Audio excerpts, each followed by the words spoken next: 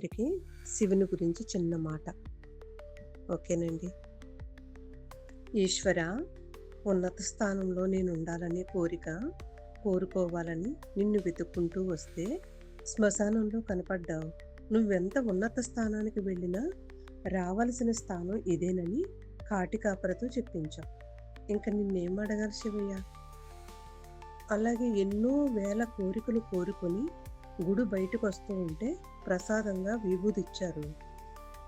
నేను నీకేమిచ్చినా, నువ్వు సొంతంగా ఏది పొందినా, నా శరీరం మీద ఎప్పుడూ ఉండేది, నీ శరీరం ఎప్పటికైనా పొందేది ఇదేనని పూజారితో చెప్పించావు.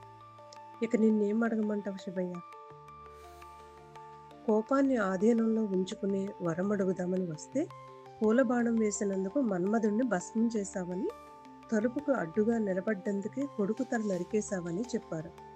అది విని వెనక్కి వెళ్ళిపోవటం తప్ప ఏం చేయగలను శివయ్య? ఎవరికీ చెప్పుకోలేని కష్టాలు నీకు చెప్పుకుందామని వస్తే ఆయనే గొంతులో విషాన్ని పెట్టుకుని మింగలేక కక్కలేక కష్టపడుతున్నాడనే మాటలు విన్నాను.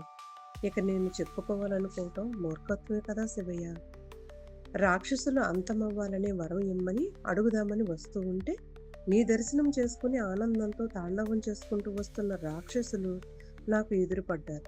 నాకు నువ్వెంతో వాళ్ళు అంతే అనుకునే నిన్ను ఇంకేం అడుగుతాం శివయ్య? తృప్తి ముక్తి పొందాలని నీ దగ్గరికి వస్తే ఆ రెండింటి కోసం నువ్వే కళ్ళు తాగుతూ గంజాయి పీలుస్తున్నావు అని తెలిసింది. ఇంకా నా నోటి మాటలు ఎలా వస్తుంది శివయ్య? మనశ్శాంతిగా ఉండే జీవితం కోసం నీ దగ్గరికి వస్తే నువ్వే దానికోసం ఎముకలు కొరికే చలి ఉన్న హిమాలయాల్లో ఎవరూ రాని ప్రదేశంలో ధ్యానం చేసుకుంటున్నావని చెప్పారు. అడగడానికి ఏముంటుంది శివయ్య? కానీ నువ్వంటే ఇష్టం. ఆడవాళ్ళని మగవాళ్ళని వేరు చేసి చూసే మాకు గంగను తలపై పెట్టుకుని పార్వతికి శరీరంలో సగభాగం ఇచ్చి ఆడవాళ్ళంటే మగవాళ్ళకి వ్యతిరేకం కాదు, మగవారిలాగే ఆడవాళ్ళు కూడా ఈ సృష్టిలో ఒక భాగం అనే విషయం చెప్పావు చూడు. అందుకే నువ్వంటే ఇష్టం. మెడలో మెడలో పాముని వేసుకొని అది తినే ఎలుకని కొడుక్కి వాహనంగా ఇచ్చి పామును తినే నెమలిని ఇంకో బిడ్డకి వాహనంగా చేర్చి నువ్వెక్కి తిరిగే నందిని తినే సింహాన్ని పార్వతికి ఆసనంగా మార్చి అవన్నీ ఒకే దగ్గర ఉండేలా చేసి ఇవే జాతి వైరం లేకుండా పక్క పక్కన బ్రతుకుతున్నాయి. మరి జ్ఞానమున్న మనుషులు మీ పరిస్థితి ఏంటి అని ప్రశ్నిస్తున్నావు కదా. అందుకే నువ్వంటే ఇష్టం శివయ్య.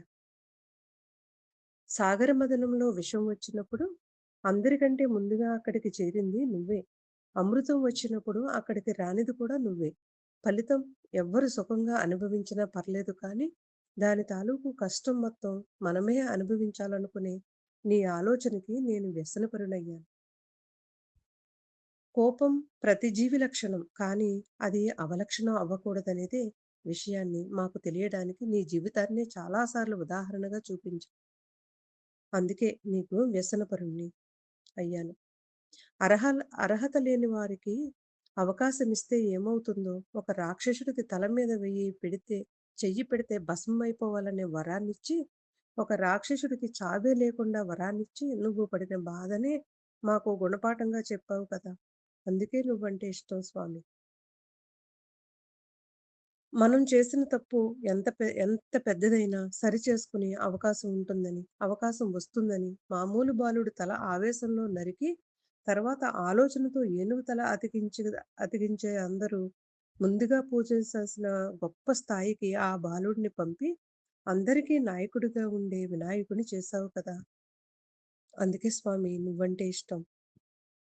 కళ్ళు తాగినా, గంజాయి పీల్చినా ఒక్కసారి కూడా తప్పుగా ప్రవర్తించిన సందర్భం లేకుండా, ఆ వెంటనే ధ్యానం చేసుకుంటూ, మన జీవితపు శాశ్వత ఆనందాన్ని తాత్కాలికంగా మార్చేది లోక వ్యవహారం, తాత్కాలికంగా చేసిన శాశ్వతంగా ఆనందాన్నిచ్చేది ధ్యానం మాత్రమే అని ఆ అలవాట్లు అనుభవించి మాలాంటి వాళ్ళకి అర్థమయ్యేలా చేసావు కదా స్వామి. అందుకే నువ్వొక మహా మహా ఇష్టమైన దేవుడివి.